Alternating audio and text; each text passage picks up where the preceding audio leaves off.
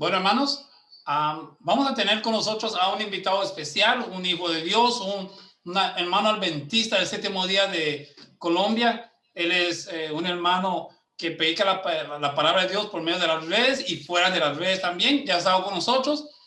Y es nuestro hermano Fabio Fori. Muy buenas tardes, hermano Fori. Yo sé que allá en Colombia son como las 12:20 y algo, así que ya pasaron el mediodía. Dios lo bendiga a usted y a su familia. Muchísimas gracias por estar con nosotros. Hermano Ángelo, Dios me lo bendiga fuertemente a usted y a todas las personas que están conectaditas. Hágame por favor una señal con los deditos, ponga su cámara y dígame si me escucha bien. Quiero estar seguro. Perfecto, ok.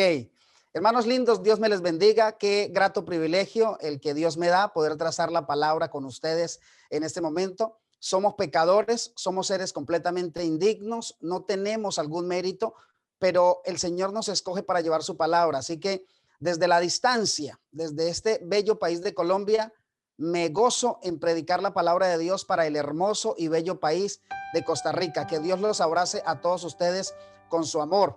Doy la bienvenida a cada una de las personas que están conectadas en este momento. Por ahí veo a mi hija Chaira que está conectadita y también seguro estará Sebastián por ahí conectaditos escuchando siempre la palabra de Dios a través de la voz de su papá. Vamos a orar en este momento, vamos a conectarnos con el trono de la gracia para que sea Dios glorificado en este momento. Yo me voy a arrodillar, pero ustedes pueden estar ahí. Si puedes ponerte de pie o puedes arrodillarte también, sería propio, sería bueno que lo hagas. Oremos. Nuestro amado Dios y Padre bueno que estás en el cielo, en esta hora de sábado, Dios, te agradecemos por el maravilloso privilegio que nos das de alcanzar la salvación. Cuando meditamos, Dios, en lo que tú viviste, en lo que padeciste en la cruz del Calvario, desde el mismo momento que Adán y Eva fallan, se hace una reunión en el cielo para buscar la redención del ser humano. Se llega a la conclusión, Dios, de que el Hijo, el que acomodó el cosmos, el universo, el que sostiene la tierra en el hueco de su mano, venía a morir por nosotros. Han pasado centurias, Dios, y tú sigues salvando al ser humano. Así que hoy te agradecemos por ese sacrificio y ahora vamos a estudiar la palabra, vamos a estudiar la Biblia. Pedimos que tu Santo Espíritu nos acompañe. Podemos abrir nuestras mentes, nuestros corazones, tener un espíritu receptivo a la palabra y darnos cuenta que aún hay oportunidad de salvación, que no podemos desechar tan grande sacrificio. Oramos en el nombre de Jesucristo de Nazaret, que vive y reina por los siglos de los siglos. Amén y amén. Muy bien, mis hermanos lindos y amigos que están conectados en esta hora, déjenme pedirles un favor particular. Déjenme invitarlos para que tomen ustedes una posición de reverencia, para que ustedes tengan a la mano la Biblia. Yo tengo la mía aquí, muy cerquita está la mía. Y voy a pedirles que tengan su Biblia a la mano. Si pueden buscar un lápiz, un lapicero, algo con que subrayar, con que tomar nota, sería formidable, porque el mensaje de hoy requiere que nosotros tengamos eso a la mano. Así que vamos a concentrarnos y vamos a hablar del mensaje de Dios para tu corazón y para mi corazón. Cuando nosotros vamos al libro de Daniel, que quiero que lo abras allí porque tuvimos una lectura bíblica bastante interesante que se encuentra en Daniel capítulo 2, versículo 1, 2 y tal vez el versículo 3. Cuando nosotros leemos el libro de Daniel encontramos algo curioso. El capítulo número 1 de Daniel, un libro completamente profético, Daniel, un hombre que recibió un privilegio grandísimo de Dios, recibir profecías, recibir el mensaje del mundo, revelarlo al mundo, para que ustedes y yo hoy podamos saber en qué parte de la historia estamos, hacia dónde nos dirigimos y qué tan cercano o qué tan lejano está Jesucristo de volver a la tierra. Cuando nosotros encontramos el capítulo número 1 de Daniel, en ese capítulo encontramos un gran conflicto y en el capítulo 2 se nos muestra a nosotros una gran profecía. ¿Saben, hermanos? Cuando ustedes y yo oramos, cuando nos ponemos en las manos de Dios, entonces el Señor nos revela el futuro. ¿Cómo inicia todo, hermanitos? ¿Cómo inicia todo? Daniel inicia siendo llevado de su tierra natal, del lugar donde él adoraba a su Dios, es llevado ahora cautivo a Babilonia. Pero Daniel inicia sirviéndole al Señor, siéndole fiel en algo tan básico, en algo tan sencillo como la comida. Ustedes conocen lo que dice Daniel, capítulo 1, versículo 8. La Biblia declara que Daniel propuso en su corazón no contaminarse con la porción de la comida del rey ni con el vino que él bebía. Dice la Biblia que le pidió por tanto al jefe de los eunucos que no se le obligase a contaminarse. Es decir, Daniel de entrada está sentando un precedente. Daniel de entrada está retando al rey Nabucodonosor. De entrada Daniel está diciendo: yo sé en quién he creído, yo sé a quién sirvo, yo sé para dónde voy. Y aquí estoy de paso, aquí estoy para venir a testificar del poder y de la gloria de Jesucristo, de la gloria de mi Dios. Aquí estoy para testificar de ese Dios que me ha salvado. Aquí estoy para eso. Y yo escuchaba al hermano Ángelo ahora, mientras hacía los preliminares, que se tomaba un vasito con agua e invitaba a toda la iglesia a que nos alimentemos saludablemente, a que tomemos agua, la fotico. Me parece formidable. Daniel decide serle fiel a Dios incluso en la alimentación. Y saben algo, hermanos, y quiero que te concentres aquí conmigo. Mira, Daniel empezó siendo fiel en la alimentación, en algo tan básico, porque la alimentación tiene que ver con adoración. La forma como te alimentas tiene que ver en la forma como tú adoras. Hermano, mira, cuando tú reconoces que has sido transformado por el poder de Jesucristo, por eso encontramos tanta gente afuera, por eso encontramos tanto protestante, por eso encontramos a nuestros hermanos católicos, que no hablo en contra de ellos. Este es un mensaje de amor para la raza humana. Encontramos gente que dice que se puede comer absolutamente de todo, porque son personas que no han sido transformadas por el poder de Jesucristo. Incluso adventistas del séptimo día, aún a escondidas, siguen alimentándose como no debe. ¿Sabe por qué? Porque no han sido transformados por el poder de Jesucristo. Cuando tú eres transformado por él, tú reconoces que la alimentación tiene que ver con adoración. Ahora encontramos nosotros a un Daniel que llega allí y le dice al rey: yo voy a comer, deme la alimentación saludable, y el rey se lo permite. Así que ese rey está admirado por Daniel. ¿Estamos de acuerdo? Ese rey siente admiración por Daniel, porque después de un tiempo, se dan cuenta que Daniel y sus amigos están ¿cuántas veces mejor que los demás? 10 veces mejor. Escuchen esto: Nabucodonosor se encuentra ahora, de alguna manera, está admirando a Daniel, pero Nabucodonosor pasa de la admiración, escucha esto, Nabucodonosor pasa de la admiración a ¿qué pasa? Al susto, a la preocupación. ¿Por qué? ¿Por qué? Porque Nabucodonosor tiene un sueño. Ahora vamos a abrir la Biblia porque vamos a leer muchos textos. Nabucodonosor tiene un sueño y, hermanos lindos, no es cualquier sueño el que tiene Nabucodonosor. Escúchenme bien, no es cualquier sueño. No es que se acostó simplemente y soñó que se estaba allí bañando, tal vez en la piscina de su casa, o que jugaba con... No, Nabucodonosor, más que un sueño, Nabucodonosor tiene una gran visión, una tremenda visión. Y escúcheme bien, esa tremenda visión que tiene Nabucodonosor, concéntrense conmigo, hermanitos, esa tremenda visión que tiene Nabucodonosor le está mostrando a él el futuro del mundo, desde su imperio, desde el imperio babilónico hasta nuestros días. Así que a esa visión, a ese sueño que tiene Nabucodonosor, es importante que nosotros le pongamos demasiado, pero demasiada atención. ¿Qué es lo que Dios le está mostrando a Nabucodonosor? Dios le está mostrando una profecía, ¿ok? Una profecía. Dios utilizando un inconverso para mostrarle el futuro del mundo.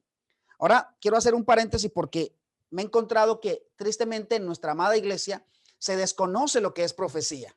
La gente cree que profecía solamente es hablar de bestias, hablar de cuernos, hablar de montes y hablar de cosas extrañas. Dios muestra la profecía en situaciones muy básicas, muy sencillas. Así que vamos primero a determinar, hermanitos, qué es la profecía. Voy a darte 4 conceptos de lo que es profecía. Escríbalos ahí, por favor. Tome nota en la agenda de lo que significa y de lo que es profecía. Porque la Biblia dice en el libro de Isaías, capítulo 46, el versículo 9 y el versículo 10, dice que el único que puede revelar el futuro es ¿quién? Nuestro amado Dios, el único. No hay nadie más que lo pueda revelar. Pero entonces vamos a determinar qué es profecía, 4 conceptos de profecía, para que una vez tú comprendas lo que es profecía, puedas comprender a cabalidad, absolutamente, cabalmente, el sueño que tiene Nabucodonosor. Y te vas a dar cuenta por qué es un sueño tan importante y tan especial para nuestros días. Porque ese debería ser el mensaje que debemos estar predicando en este momento de la historia. La profecía. Primero, ¿qué es profecía? La profecía te hace ver a la distancia lo que tus ojos no pueden ver. Te repito, la profecía te hace ver a distancia lo que tus ojos no pueden ver. son como una especie de telescopio que nosotros tenemos. Las cosas están ahí, pero yo no las puedo ver. ¿Qué es la profecía? El telescopio que me hace poder ver eso que está allá. No estoy allá, no lo estoy tocando, pero lo estoy viendo, lo estoy conociendo. Eso es lo que hace la profecía en primera instancia. Lo segundo que hace la profecía, y este para mí es muy importante, es que la profecía es la mayor evidencia de la palabra de Dios. ¿Me están escuchando, hermanitos? La profecía es la mayor evidencia de la palabra de Dios, es decir, del verbo, de las palabras textuales de Dios. ¿Cómo así, hermano Fori? Explíqueme eso. Bueno, sencillo. Si usted conoce una persona que le dice, hermano, yo no creo en la Biblia. Para mí la Biblia es un libro anticuado, para mí la Biblia es un libro sin fundamento, estamos en una época moderna. Si usted encuentra a alguien que le diga eso, que no cree en la Biblia, usted tiene que mostrarle, ¿sabe qué? Profecías. Porque las profecías se dijeron en el pasado y se han cumplido en el presente. Por lo tanto, si una profecía o si una palabra de Dios está diciendo que se va a cumplir en el futuro, hay que prestarle atención. Es la mayor evidencia de la palabra de Dios. También la profecía es el eslabón, una especie de cadena que une el pasado con el futuro. Ni siquiera incluimos el presente, pasado con el futuro. Y nosotros venimos en una línea de tiempo en la que van ocurriendo una serie de sucesos que nos están mostrando que este mundo va a llegar a su final. Y hoy vamos a descubrir en qué parte de la historia realmente estamos a través de este sueño de Nabucodonosor. Y por último, hermanitos, la profecía también es muy lindo. La profecía descubre los secretos del creador. ¿Cómo así? Pues a través de la profecía, el Señor me muestra a mí qué tiempo estamos viviendo a través de la profecía.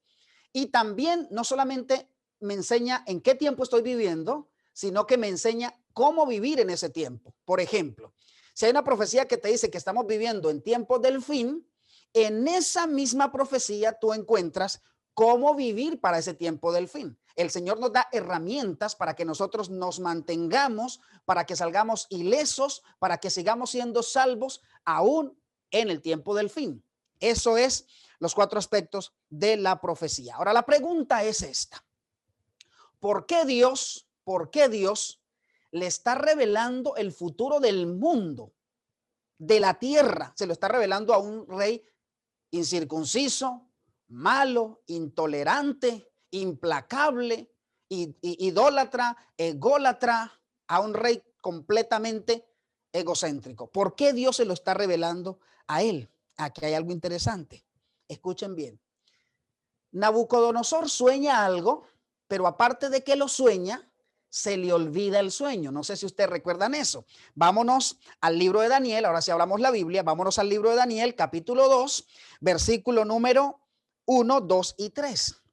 Dice así: en el segundo año del reinado de Nabucodonosor, dice segundo año, pero realmente estamos hablando del tercer año.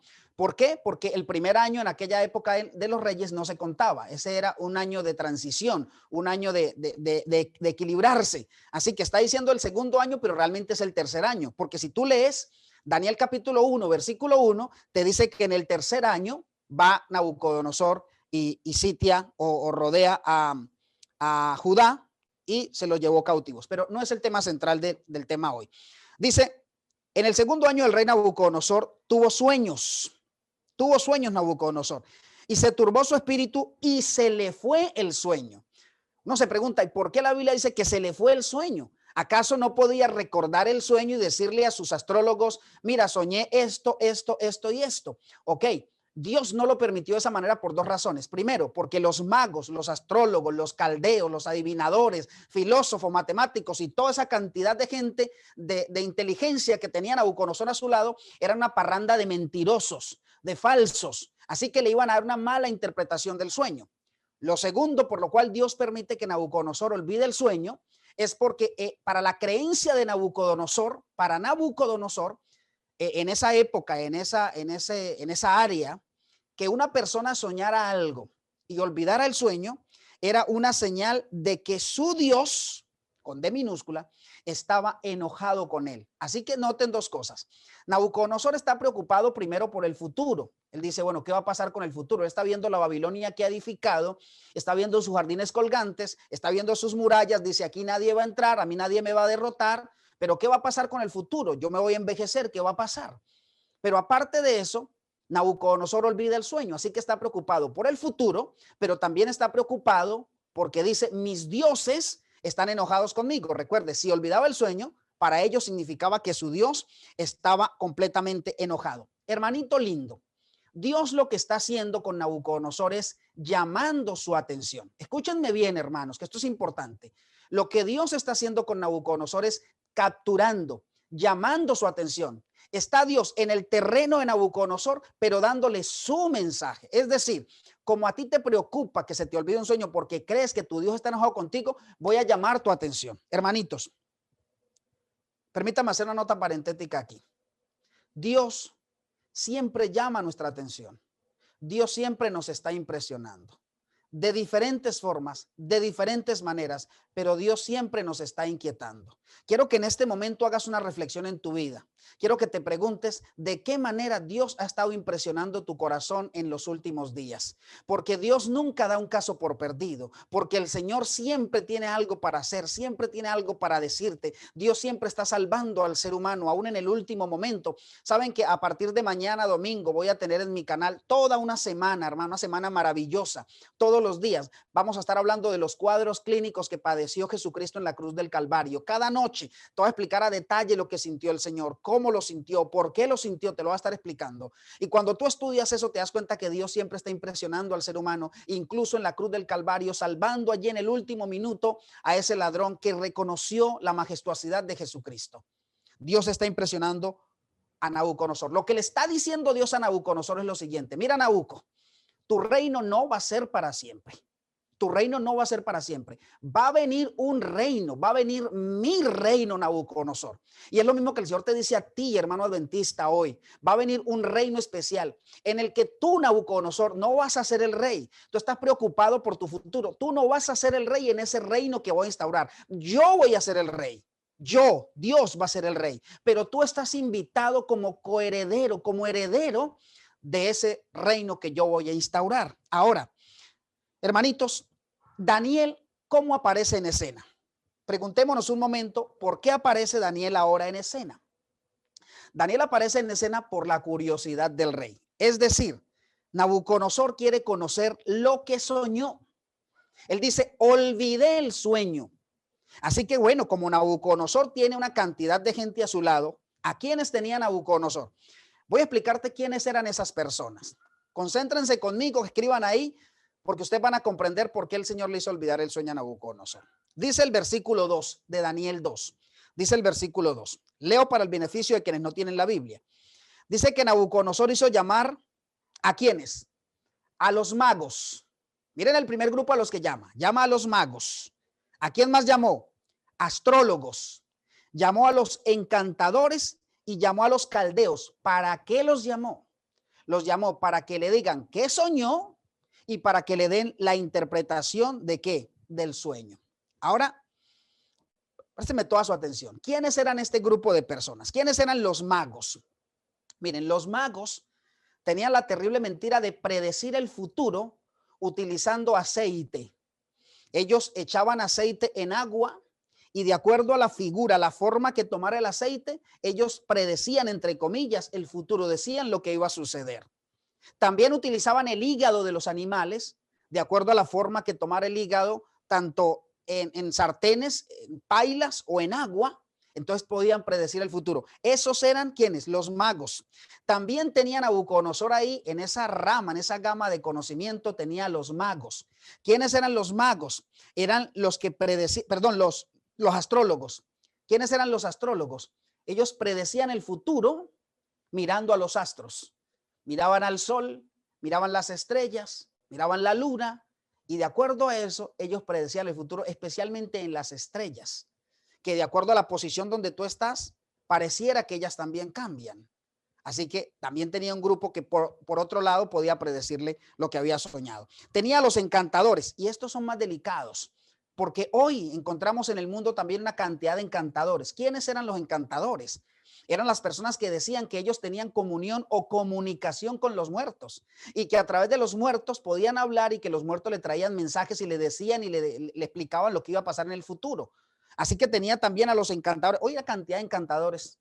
Yo voy aquí a Medellín, al centro de la ciudad, y encuentro gente en las esquinas con unos papelitos así chiquititos que te dicen, miren, yo le traigo a su ser muerto, se lo ligo, lo pongo a que usted hable con él, a que converse, que le digan. Y la gente hoy sigue creyendo ese estilo de espiritismo. La gente dice, voy a hacer una misa por la persona que se me murió. La gente dice, voy a llevarle, incluso le llevan agua a las tumbas, a los muertos, porque creen que los muertos sienten sed, que tienen hambre. He encontrado unos más sinvergüenzas que le han llevado incluso hasta cerveza o licor, porque quien murió era un hombre que le gustaban las parrandas, las fiestas. Dicen, a él le sigue gustando, así que vamos a llevarle. Y le dejan ahí en la tumba una especie de licor o licor de verdad. Hoy encontramos gente que te dice, es que mi abuelita se murió y mi abuelita volvió y mi abuelita vino y estuvo aquí en la casa y entró al closet y estuvo en la cocina y tomó agua y yo la vi y yo hablé con ella. Espiritismo, espiritismo, espiritismo. Y el diablo lo está usando a favor. Y por último, Nabucodonosor tenía la crema innata, porque Nabucodonosor tenía a los caldeos. Hermanitos, ¿quiénes eran los caldeos? No eran nada más que los filósofos, eran los matemáticos y eran también los científicos del momento. O sea, tenía la gran variedad de conocimiento, el cerebro de Babilonia estaba ahí. Pero lo que ignoraba Nabucodonosor es lo que dice el libro de Deuteronomio capítulo 18, versículo 10 al 14, donde el Señor dice que le es abominación la brujería, la santería, que le es abominación consultar a magos, astrólogos. Pero Daniel sí lo conocía.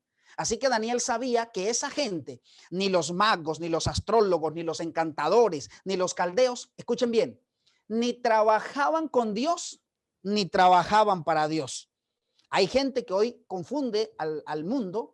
Incluso los brujos hacen oraciones aparentemente a Dios para mostrarle a la gente que quien les está dando la respuesta es Dios, pero solamente era una parranda de engañadores. Escúcheme bien lo que pasa ahora en el versículo 10. Vámonos a Daniel, capítulo 2, versículo 10. Estoy haciendo un paneo general para que lleguemos a un punto central. Y voy a pasar muy rápido todo esto. Ahora en el versículo 10 dice lo siguiente. Mire lo que dicen ahora el cerebro de Babilonia. Mire lo que dice el cerebro de Babilonia. O sea, los magos, los astrólogos, los caldeos. Mire lo que dice, versículo 10 de Daniel 2. Dice así. Los caldeos respondieron delante del rey y dijeron, ¿por qué los que hablan son los caldeos? Porque aparentemente eran los que se acababan de graduar, porque los caldeos eran los científicos, los matemáticos, los que podían dibujarle y mostrarle. Dicen los caldeos, mire lo que le dicen al rey Nabucodonosor. Se me perdió el versículo 10, ¿qué se me hizo? Aquí está. Mire lo que le dice. No hay hombre sobre la tierra, escuchen hermanos, no hay hombre sobre la tierra que pueda declarar el asunto del rey. O sea, nosotros, los magos, los astrólogos, los caldeos, los adivinadores, nosotros somos incapaces. Nosotros te hemos mentido todo el tiempo, Nabucodonosor, porque no somos capaces. O sea, no hay nada que hacer. Además, ningún rey, príncipe ni señor preguntó cosa semejante a ningún mago, ni astrólogo, ni caldeo. O sea, nunca nos habían hecho esta pregunta, porque es que Dios es el Dios de los imposibles. El Dios de los hebreos era el Dios de los es el Dios de los imposibles. Y ese Dios se iba a manifestar de manera muy, pero muy importante. Ahora, recuerden ustedes, hermanitos, lo siguiente. Ante la presencia de Dios, hasta el mismo Satanás tiene que reconocer que no puede hacer nada. Delante de la presencia de Dios, hasta Satanás tiene que reconocer que no puede hacer nada. ¿Quiénes están representando a Satanás ahí? ¿Quiénes están representando a Satanás? Los magos, los caldeos, los astrólogos, los adivinadores. Y ellos delante de la presencia de Dios, delante de Dios que está interviniendo en ese sueño, dicen, nosotros no podemos hacer nada. ¿Qué vamos a hacer? Nada. Pero algo curioso, recuerdan ustedes que Nabucodonosor, hermanitos, era un rey bastante temperamental. Nabucodonosor era un rey autocrático. Nabucodonosor era un rey calcinante. Nabucodonosor era un rey volcánico que transformaba, calcinaba, quemaba, dañaba, destruía. Donde ponía su palabra, ponía sus acciones. Así que Nabucodonosor se llena de enojo y al mismo tiempo de impotencia y les pone un reto. Les dice, voy a dar un decreto de muerte. Si ustedes no me dicen lo que soñé y no me dan la interpretación de lo que yo soñé, los voy a mandar a matar a todos por sinvergüenzas, por tráfugas, por mentirosos. Los voy a mandar a matar a todos. ¿Sabe? Se las puso difíciles. Porque lo que les está diciendo es, si ustedes son la crema innata del conocimiento de Babilonia, de esta gran ciudad que hemos edificado, y ustedes no tienen cómo decirme qué soñé, ustedes no sirven para nada. Y da un decreto de muerte. Pero aquí se pone interesante esto. ¿Por qué se pone interesante? Porque resulta que ahí, dentro de esos magos, dentro de esos astrólogos, estaba nuestro Daniel, que había estudiado en la Universidad de Babilonia, que hacía parte de los sabios. Así que ese decreto de muerte también cobijaba a Daniel. También lo cobijaba a él. Pero aquí hay algo que a mí me llama la atención poderosamente, hermanos queridos. Esto a mí realmente me hizo reflexionar demasiado. Me hizo reflexionar en la forma como estoy enfrentando mis problemas. Y es el llamado que te hago a ti en esta mañana. ¿Cómo estamos enfrentando nuestros problemas? Porque Daniel se entera. Daniel ni siquiera está ahí cuando el rey da el decreto de muerte. Daniel está en otro lado. Y a Daniel van y le cuenta, dice, mira, el rey te va a mandar a matar porque dijo que si no le dicen que soñó y le dan la interpretación, va a quitar las cabezas de todos. Así que va a Arioc y le dice, Daniel, mira, lo que dijo el rey es esto. ¿Y saben lo que hace Daniel, hermanitos lindos? Que este es parte de la columna vertebral, esto es parte del andamiaje, de la estructura, del plato fuerte de esta tarde para mí, mañana para ustedes tal vez todavía. Que Daniel en el versículo 14 presenta dos características maravillosas. Leamos Daniel capítulo 2, versículo 14. Mira lo que dice. Atentos, para que tú aprendas hoy cómo es que se enfrentan los problemas en esta vida. Mira, versículo 14, Daniel 2, dice, entonces Daniel habló. ¿Y cómo fue que habló Daniel? Mis hermanos lindos de Costa Rica y de Colombia, Chaira y Sebastián, que están conectados por ahí. ¿Cómo fue que habló Daniel? Dice la Biblia que habló sabia, qué lindo, hermanos, ¿verdad? Dios es maravilloso. Daniel habló sabia y prudentemente a Arioc, capitán de la guardia del rey, que había salido para matar a los sabios de Babilonia. O sea, ya Arioc tenía la espada desenvainada, iba a empezar a cortar cabezas. Y Daniel lo llama y le dice, ven aquí que tengo algo que decirte, pero te lo voy a decir solamente a ti, aquí, a ti. ¿Y qué es lo que le dice Daniel? Daniel le dice, dame tiempo. ¿Saben, hermanos? Nosotros tristemente hoy estamos viviendo, yo no sé si el micrófono me está haciendo alguna interferencia, me lo hacen saber, porque tengo ahí el receptor en la mano y no me daba cuenta que podía estar haciendo interferencia. Nosotros hoy, frente a los problemas de la vida, queremos que Dios venga y nos dé la solución ya, ipso facto, al instante.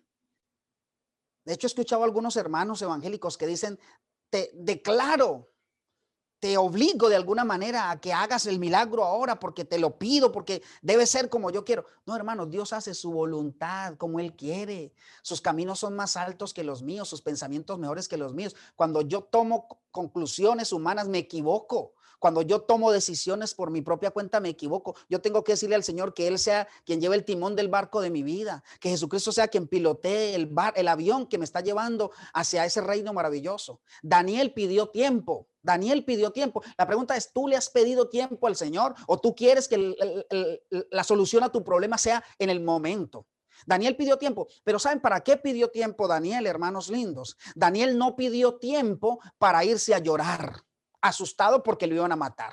Daniel no pidió tiempo para irse, para deprimirse, para meterse en la habitación a comerse un tarro de helados. Daniel no pidió tiempo para meterse a ver series de Netflix. Daniel no pidió tiempo para publicarlo en Facebook y decir, Arioc nos va a matar porque no sabemos qué hacer. Daniel no fue a publicarlo en el estado de WhatsApp. Daniel no se fue a contárselo a la gente. Daniel no se fue a llorar, ni a deprimirse, ni a angustiarse, ni a llenarse de estrés, ni a que le doliera la cabeza. No.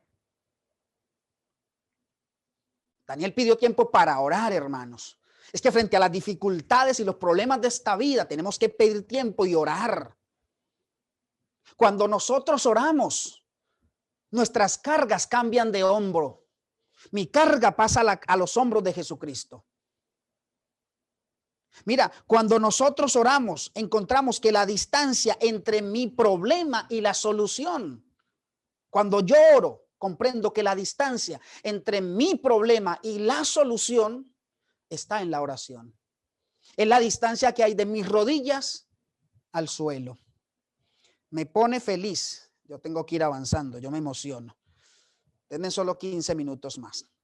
Me pone feliz notar la manera como Daniel habla a Nabucodonosor. Permítanme leerles esto, hermano. Yo no quería hacerlo, pero permítanme leerles del versículo 19 hasta el versículo 24. Voy a leerlo muy rápido. Miren la forma como Daniel se presenta ante Dios. La pregunta es cuántas veces nosotros hacemos lo mismo. Queremos la sabiduría de Daniel, pero no queremos orar como Daniel, pero no queremos tener la fe de Daniel, pero no queremos actuar como Daniel. Queremos que Dios nos asegure el futuro, pero no queremos confiar en el Señor. Miren lo que dice Daniel 19, dice, el secreto le fue revelado a Daniel. ¿Cuándo? Cuando Daniel oró. Cuando Daniel oró, el secreto le fue revelado en visión de noche. Por lo cual, cuando recibió Daniel la respuesta a lo que el rey demandaba, mire, Daniel no se olvidó, como usted y yo cuando le pedimos a Dios que nos dé un empleo y cuando nos lo da, nos olvidamos. Cuando nos está yendo bien en las finanzas, nos olvidamos de diezmar. Cuando estamos, cuando prometimos a Dios que nos dé la sanidad física, nos olvidamos de Él, dejamos de agradecerle y creemos que Dios se olvida. Dios no se olvida, pero Él sigue confiando en nosotros. Daniel no se olvidó, sino que Daniel habló y dijo, sea bendito el nombre de Dios de siglos en siglos, porque suyos son el poder y la sabiduría. Dice el versículo 21, Él muda los tiempos y las edades, quita reyes y pone reyes, da sabiduría a los sabios y ciencia a los entendidos. Dice el versículo 22 de manera prodigiosa, dice, Él revela lo profundo y lo escondido, conoce lo que está en las tinieblas y con Él mora la luz. Dice el versículo 23, a ti, Dios de mis padres, te doy gracias y te alabo, dice Daniel, porque me has dado sabiduría y me has dado fuerza y ahora me has revelado lo que te pedimos. Pues, dice Daniel, nos has dado a conocer el asunto del rey. Después de esto fue Daniel a Arioc, el cual el rey había puesto o había mandado para matar a los sabios de Babilonia, y le dijo, mire lo que le dice Daniel, no mates a los sabios de Babilonia, llévame a la presencia del rey y yo le daré la interpretación. Qué maravilloso, ¿cierto? Qué lindo, qué bonito lo que encontramos ahí en esos pocos versículos. Y ahora Daniel va ante Nabucodonosor. Daniel va ante Nabucodonosor. Y fíjate cómo es el diablo. Ahora viene Nabucodonosor y le dice a Daniel, se burla de Daniel. Porque cuando le llevan a Daniel allá, imaginen ustedes a todos los magos, los astrólogos, los caldeos, con su poco de huesos colgados, con sus vestiduras raras, con sus huesos de murciélago, de conejo, con su sal, su aceite y todos sus merjugos y las porquerías que ellos tenían para mentirle al rey. Y va Daniel, se presenta delante del rey, pero antes de que Daniel hable, Arioc va ante Nabucodonosor y le dice, mira, Nabuco, hay un muchachito de los que trajimos de allá de Judá, de los que trajimos de ese pueblo de Dios que nosotros vencimos a ese Dios, que él dice que él te va a dar la interpretación. Recuerden que ya Daniel se había enfrentado una vez al rey y ya le había dicho, no voy a comer tu comida, yo voy a comer lo que demanda el Dios de Israel. Porque hay tres tipos de alimentos, hermanos, en la vida, tres tipos de alimentos. ¿Cuáles son?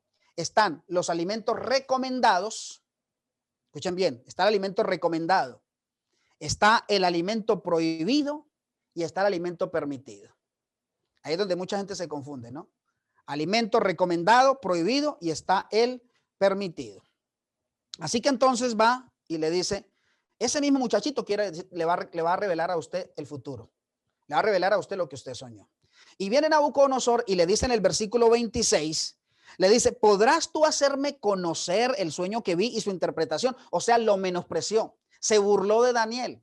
En otras palabras, está diciendo, yo ya vencí a tu Dios. ¿Cómo me vienes a decir que tu Dios ahora te va a mostrar la revelación? Recuerden, hermanos, que este mensaje es para nosotros, pero también era porque Dios estaba impresionando a un hombre como Nabucodonosor para que alcanzara el sueño. Pero ¿qué es lo que hace Daniel? Yo sé que estás conectado conmigo. ¿Qué es lo que hace Daniel? Mira, Daniel con toda prudencia, con diplomacia, Daniel lo que le dice es, ¿sabes algo? Tus dioses no sirven para nada. Daniel lo que le dice es, el poco de magos que tienes aquí, los caldeos y toda esa gente, no sirven para nada, diría mi padre querido. No sirven ni para taco de escopeta, diría mi padre. ¿Qué fue lo que aprovechó Daniel para hacer? Daniel lo que aprovechó fue para testificar de Dios, Lo que Daniel le está diciendo es, ¿te acuerdas cuando fuiste allá y saqueaste a Judá? Cuando fuiste allá y te trajiste los utensilios sagrados y celebraste, dijiste que habías vencido al Dios de Israel. Quiero que sepas que él jamás está vencido. ¿Te imaginas la cara de los astrólogos, los caldeos y todos los que estaban ahí al ver ahora cómo un muchachito les está dando cátedra sin tener que utilizar ni aceite, ni hígado, ni los astros, ni la ciencia, ni nada, solamente con tener comunión y comunicación con el Dios de los cielos? Qué lindo. ¿Qué era? Recordemos un poco, ¿qué era lo que tenía inquieto a Nabucodonosor? Para que vamos a cerrar este mensaje interesante. ¿Qué era lo que lo tenía inquieto? El futuro. ¿Qué vendrá para el futuro? Ya Nabucodonosor se dio cuenta que sus dioses no sirven para nada. Así que ya él está comprendiendo que sus dioses no están enojados con él porque no existen, porque no sirven para nada. Ahora le está preocupando el futuro. Pero Daniel va al grano sin titubear. ¿Y cuándo va Daniel al grano? Vamos al versículo 31. Daniel 2:31. No se me vayan, hermanitos. Denme un par de minutos más. Ya vamos a terminar. Es que yo me emociono hablando de estos mensajes tan maravillosos. Nos estamos estudiando casi todo un capítulo de la Biblia y me he saltado algunas cosas, pero ustedes en casa lo pueden estudiar mejor. Dice Daniel 2, el versículo 31. Atento, Chaira, atento, Sebastián. Mira lo que dice. Tú, rey, veías en tu sueño una gran imagen. Daniel está hablándole ya mirando a los ojos. Esta imagen era muy grande. Estoy leyendo el versículo 31 de Daniel 2. Esta imagen era muy grande y su gloria muy sublime. Estaba en pie delante de ti y su aspecto era terrible. La cabeza de esta imagen era de oro fino, su pecho y sus brazos de plata, su vientre y sus muslos de bronce. Dice el versículo 33, sus piernas de hierro, sus pies en parte de hierro y en parte de barro cocido. Estabas dormido, estabas mirando, dice el versículo 34, hasta que una piedra se desprendió sin que la cortara mano alguna. Estoy leyendo la versión Reina Valera 1995, tal vez en tu versión puede cambiar un poco. Dice, e hirió a la imagen en sus pies de hierro y de barro cocido y la desmenuzó.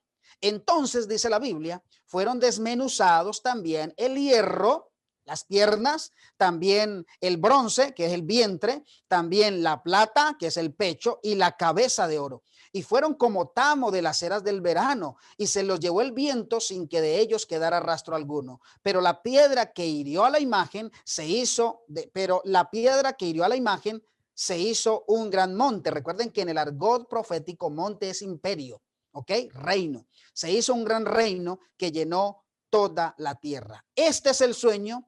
Y ahora dice Daniel, te voy a dar la interpretación. Y le dice en el versículo 37, tú, rey, eres la cabeza de alguna manera. En los versículos más adelante le dice, tú, rey, eres rey de reyes, Dios te ha mostrado, te ha dado todo. Y más adelante le dice, Nabucodonosor, tú eres la cabeza. Tú eres la cabeza. Hermanitos, hay que brillar donde nosotros estemos y hay que revertir la situación.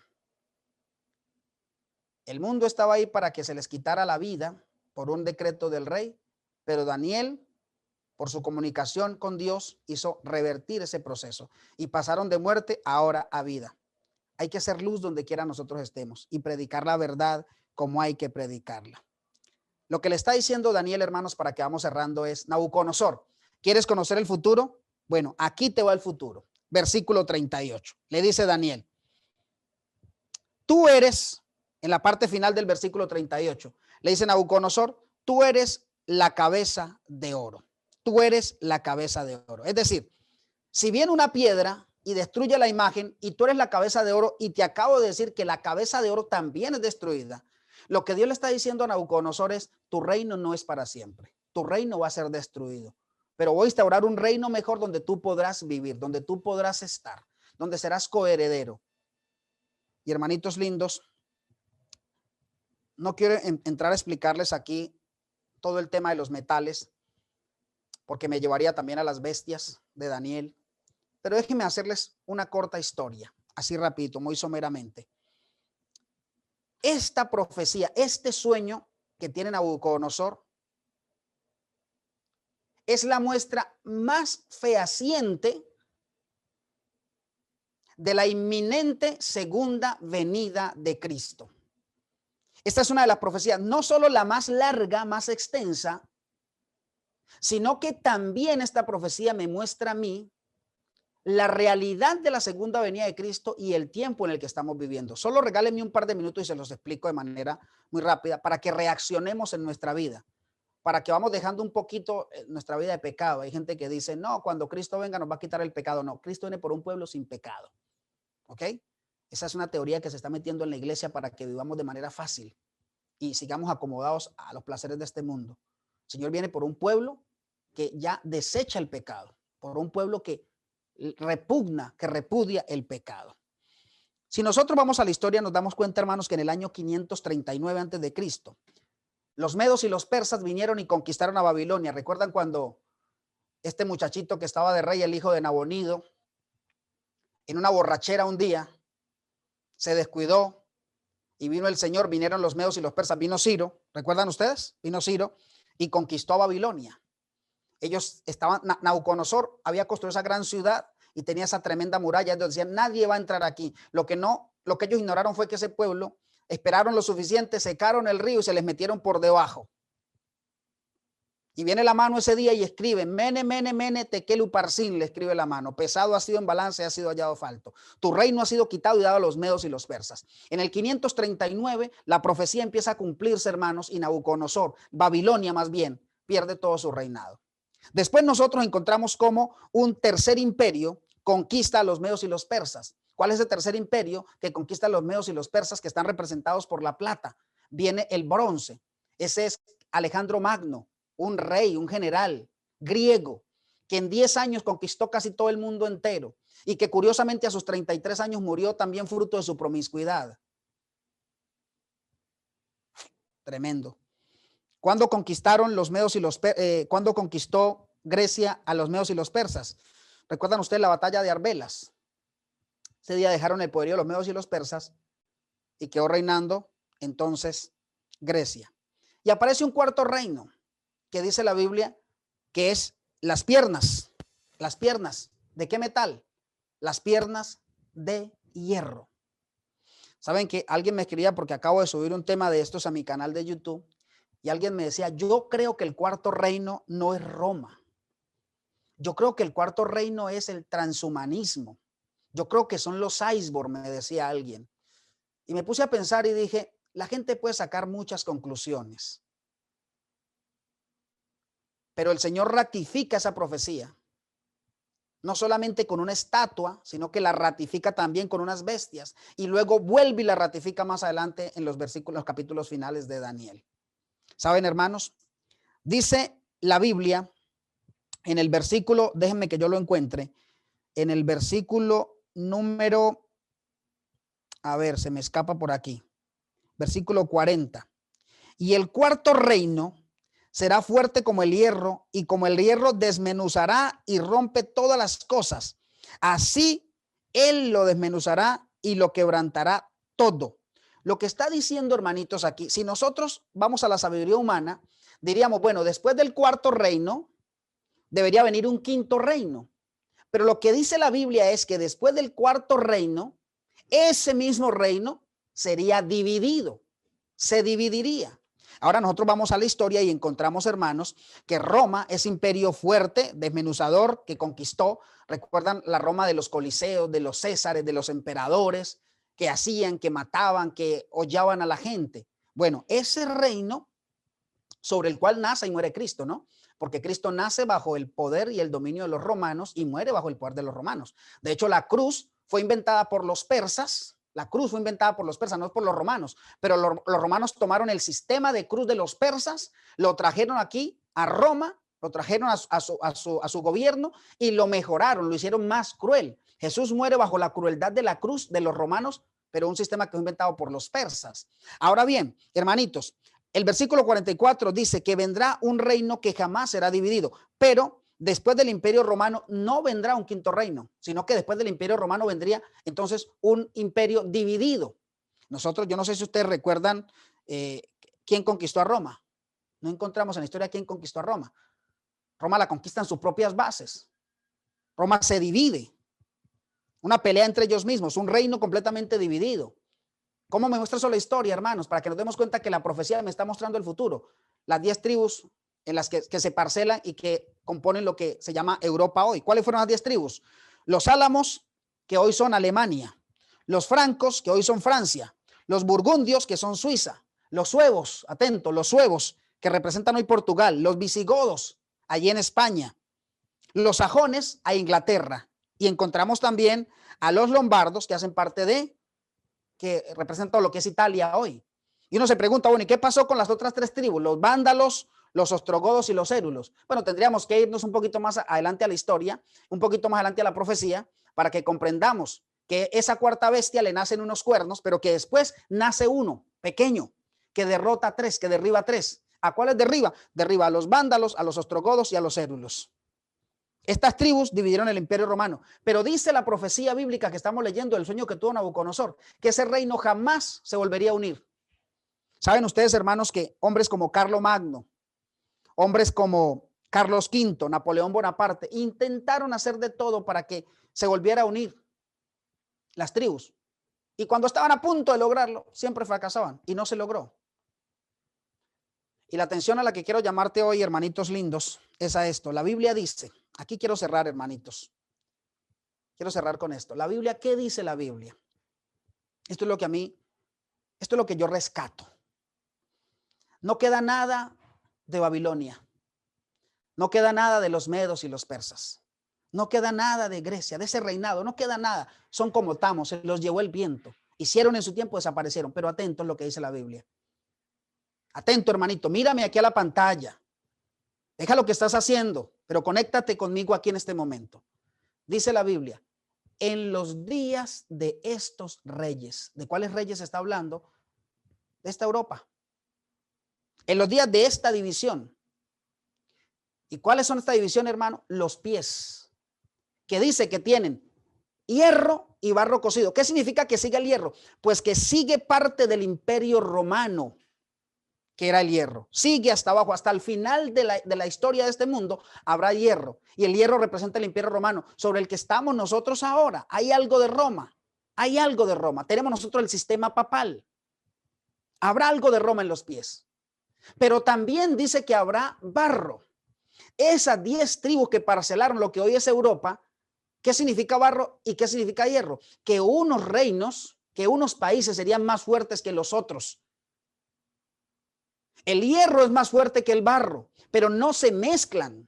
Han tratado de mezclarse, de unirse y no se pudieron unir. Y dice la Biblia que en la época de estos reyes, o sea, lo que estamos viviendo ahora, dice que vendrá un reino, una piedra no cortada con manos, se instaurará y será un reino eterno al que usted y yo estamos siendo llamados en este momento.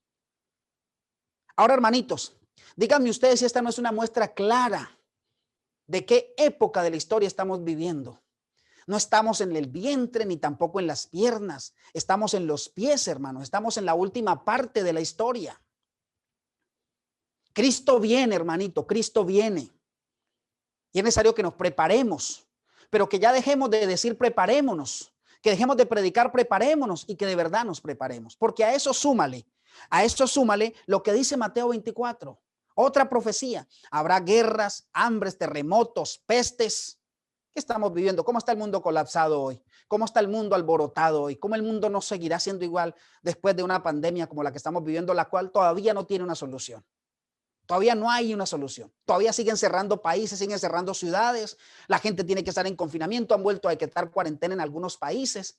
Eso son muestras de que Cristo viene.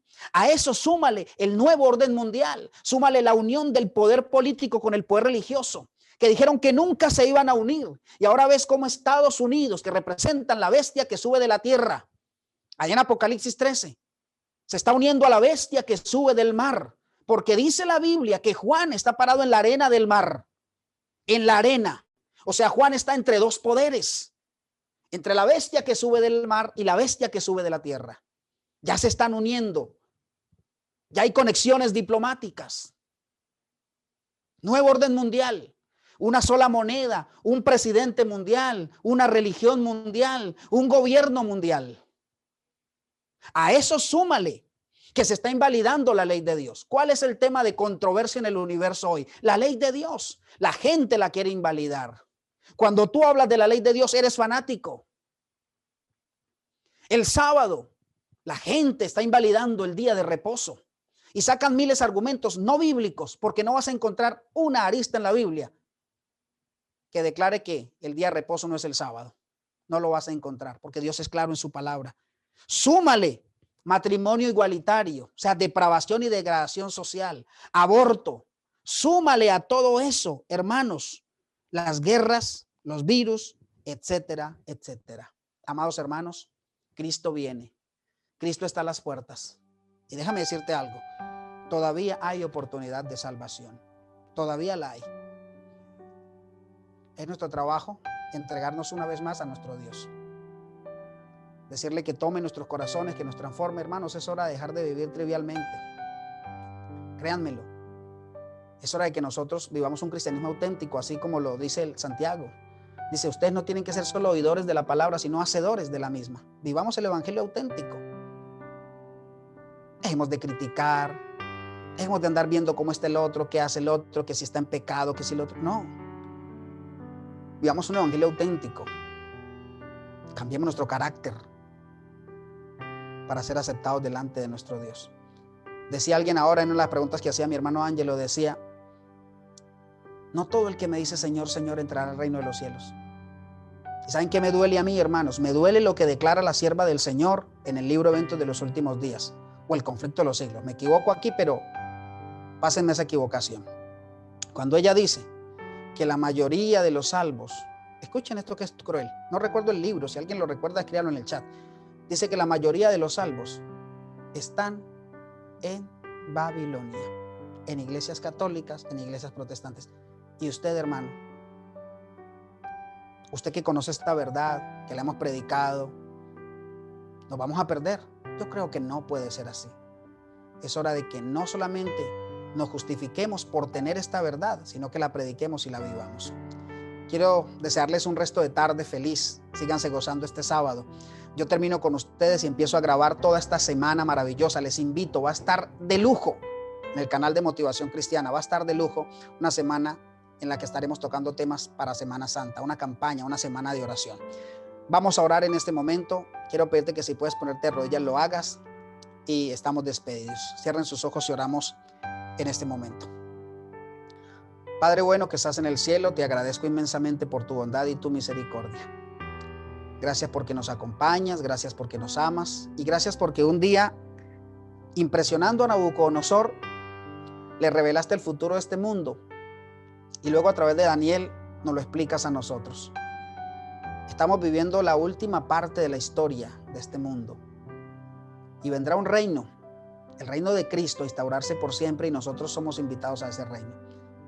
Y hoy te pedimos, Dios, que perdones nuestros pecados, somos indignos, injustos, y te pedimos que por favor nos perdones, límpianos de toda maldad, úngenos con el colirio, con tu Espíritu Santo, para que nosotros podamos ser perdonados y que nuestros nombres sean puestos en tu libro, en el libro sagrado, en el libro de la vida. Oramos en esta hora esperando el perdón de nuestros pecados y confiados en la salvación de Jesucristo. Oramos al Padre confiados en Jesucristo, convencidos por el poder del Espíritu Santo. Amén y amén. Que Dios me los bendiga, lindos hermanitos, allí en Costa Rica y quienes están conectados de Colombia y de otras partes. Un abrazo especial para ustedes. Cuídense. Y aquí está su servidor. Dios me los bendiga. Hermano Ángelo, la palabra con usted.